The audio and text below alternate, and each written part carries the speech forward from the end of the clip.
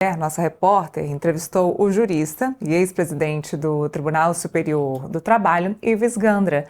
Eles abordaram assuntos voltados a Alexandre de Moraes, Lei Magnitsky e democracia. Vamos assistir a um trechinho dessa entrevista. O senhor começasse comentando se a aplicação da Lei Magnitsky ao ministro do STF, Alexandre de Moraes, é ou não cabível. Mas é evidente que é uma lei que está sendo aplicada em relação ao Brasil, só que eu tenho a impressão que, se nós examinarmos a razão de ser, primeiro, do tarifaço e a consequência da lei, da aplicação da lei, eu tenho a sensação de que o que fez o presidente Trump, é opinião minha, eu não estou absolutamente dizendo que foi isso que ele pensou, mas como eu estou sentindo ao analisar. As relações entre o presidente Lula e o presidente Trump foram sempre relações, desde que o presidente Lula assumiu, tensas. Antes ele não era presidente, o presidente Lula era favorável ao Biden, declarou apoio ao candidato que foi derrotada, e a derrota do candidato, ele apoiou, o presidente não deveria apoiar um candidato fora, porque não saberia quem é que ia ser presidente, mas ele apoiou e não teve contato com o presidente Trump. Ele demonstrou uma antipatia ao presidente Trump. Até aí não há problema, porque quantos governos não têm uns antipatias por outros. Mas a sequência de todas as manifestações do presidente Lula em relação ao presidente Trump e aos Estados Unidos foram sempre de contestação. E, a meu ver, o que provocou o tarifaço, é a opinião pessoal minha, não foi o Bolsonaro, o Alexandre de Moraes, nem nada. Foi o discurso infeliz do presidente Lula no encerramento do encontro BRICS. E não precisaria dizer que precisamos de uma nova moeda, precisamos sair do jugo dos americanos, etc. O senhor acha que a direita se perdeu nessa agenda que foca muito na figura do ex-presidente Jair Bolsonaro e não tanto na discussão sobre os atos do ministro Alexandre de Moraes? Apesar da admiração que eu tenho para o jurista Alexandre de Moraes, eu tenho divergência. Então, para mim, não há uma minuta golpista, porque não há golpe no estado de sítio, e o que estava lá não justificaria o estado de sítio. Segundo lugar, um crime tem que haver um início de crime. E aí eu falo com muita tranquilidade.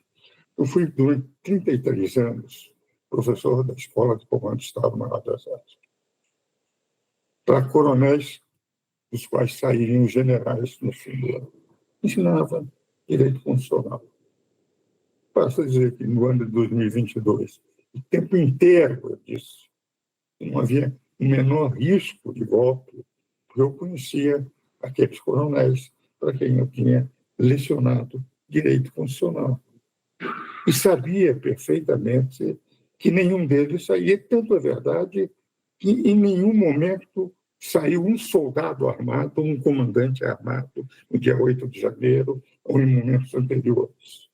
Houve multidões em frente aos quartéis sem que saísse nenhum soldado. Então, dizer que houve uma tentativa, quando não houve um tiro, o próprio grupo do dia 8 de janeiro não tinha uma pessoa armada, é evidente que, para mim, foi uma baderna. Igual que o PT e o MST fizeram quando era presidente Michel Temer. E destruíram, mas eles até agrediram pessoas, coisa que não aconteceu no dia 8 de janeiro. Agora, então, 8 de janeiro foi uma baderna que tinha que ser punida com baderna, acho que não foi golpe de Estado, nem foi tentativa. E não há golpe de Estado sem militares, até porque também os de 8 de janeiro não tinham armas. Então, para mim, não há minuta. E, para fechar, eu queria saber do senhor, hoje o Brasil é uma democracia? Veja o seguinte, o conceito de democracia é um conceito difícil. Por exemplo, Aristóteles já falava sobre democracia. E é interessante para Aristóteles Ele dizia que os governos bons são, primeiro, a monarquia, segundo, a aristocracia, terceiro, a politia. Entende? A politia era com todo o povo pensando na nação, na polis, na cidade. A aristocracia, um grupo, e a monarquia, desde que todos fossem bons. Então, quem define quem é a democracia pela Constituição cidadã, como dizia o Ulisses Guimarães, é o povo. Então, eu entendo que o conceito de democracia não pode ser dado pelo Poder Judiciário. O conceito de democracia tem que ser dado pelo povo que quer a democracia que lhe parece mais interessante através de eleições, etc., que são os únicos que representam o povo. Artigo 1º diz, os representantes do povo, que são os delegados para dizer o que é democracia. Pois é, a gente ouviu aí o professor Ives Gandra, que é um pensador aí da direita, né?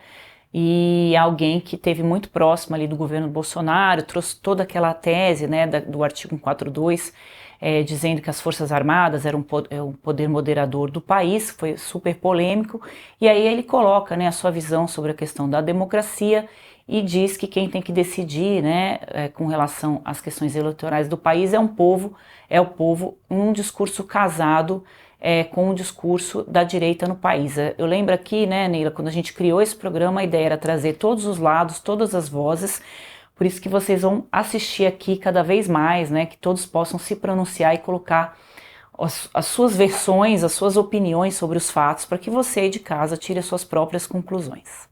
Olha, falando sobre conclusões, nós mostramos aqui